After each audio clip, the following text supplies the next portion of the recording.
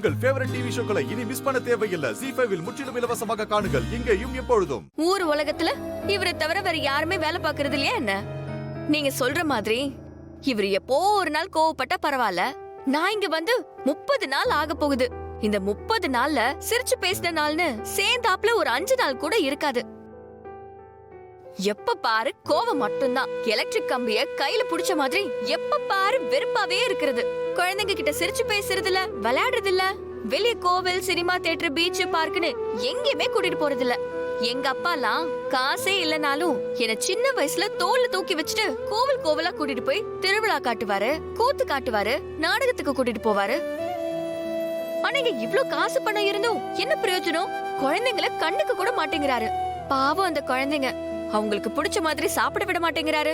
அவருக்கு பிடிச்ச சாப்பாடே கொஞ்சம் ருசியா அழகா சமைச்சு கொடுக்கலான்னு பார்த்தா ஒரு வாய் கூட சாப்பிடாம என் மேல இருக்கிற கோவத்துல அந்த திட்டிட்டு போறாரு. அவர இரு இந்த மாதிரி நான் சொல்லிக்கிட்டே போவேன். இன்னும் நிறைய இருக்கு. இருமா, முதல்ல மூச்சு வாங்கிட்டு அதுக்கப்புறமா பேசு. நீ சொல்ற இதெல்லாம் பண்றதுனால அவருக்கு குழந்தை மேல பாசம் இல்லைன்னா ஆயிடாது. அவருக்கும் குழந்தைங்கள ரொம்ப பிடிக்கும். அவர் எப்பவுமே ரொம்ப ப்ரொஃபஷனலான ஆளு. அதான் அவரோட ஒரே குறை. உன் கூட என்ன பிரச்சனையோ தெரியல, சண்டை போட்டுட்டே இருக்காரு. மத்தபடி ரொம்ப நல்ல மனுஷன். அட போங்கங்க. அடிஷனல் ஷீட் வாங்கி எழுதுற மாதிரி பக்கம் பக்கமா கம்ப்ளைண்ட் சொல்றேன். கடைசில அண்ணனுக்கு ஒரு ஊத்தாப்பங்கிற மாதிரி நீங்க நல்லவர்னு சொல்றீங்க. சரி சுடர், டென்ஷன் ஆகாத.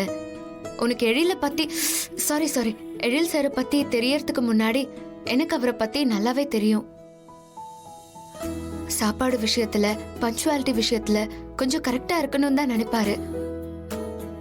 இப்போ சாப்பாடு விஷயத்தையே எடுத்துக்கோ. உன்னை திட்டா இருந்தானே உனக்கு கோவம். அவரு சாப்பிடலையேன்னு உனக்கு கவலை இல்லைல்ல?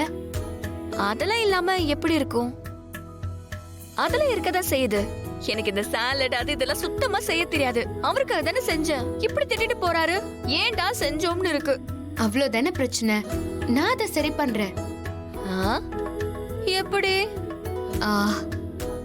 அவர் வைஃப் இந்துவோட சமையல்னா அவருக்கு ரொம்ப பிடிக்கும். இந்து எப்படி சமைப்பாங்கன்னு எனக்கு தெரியும். நான் உனக்கு அவங்களோட கைப்பக்குவம் எப்படி இருக்கும்னு சொல்லி தரேன். அதை வச்சு நீ சமைச்சு போடு. அதுக்கப்புறம் அவர் கோவப்படவே மாட்டாரு, நல்லா சாப்பிடுவாரு. நானும் கேள்விப்பட்டிருக்கேன். இந்துமதி எவ்வளவு சமைச்சு கொடுத்தாலும் வேண்டான்னு சொல்லாம சாப்பிடுவாராமே.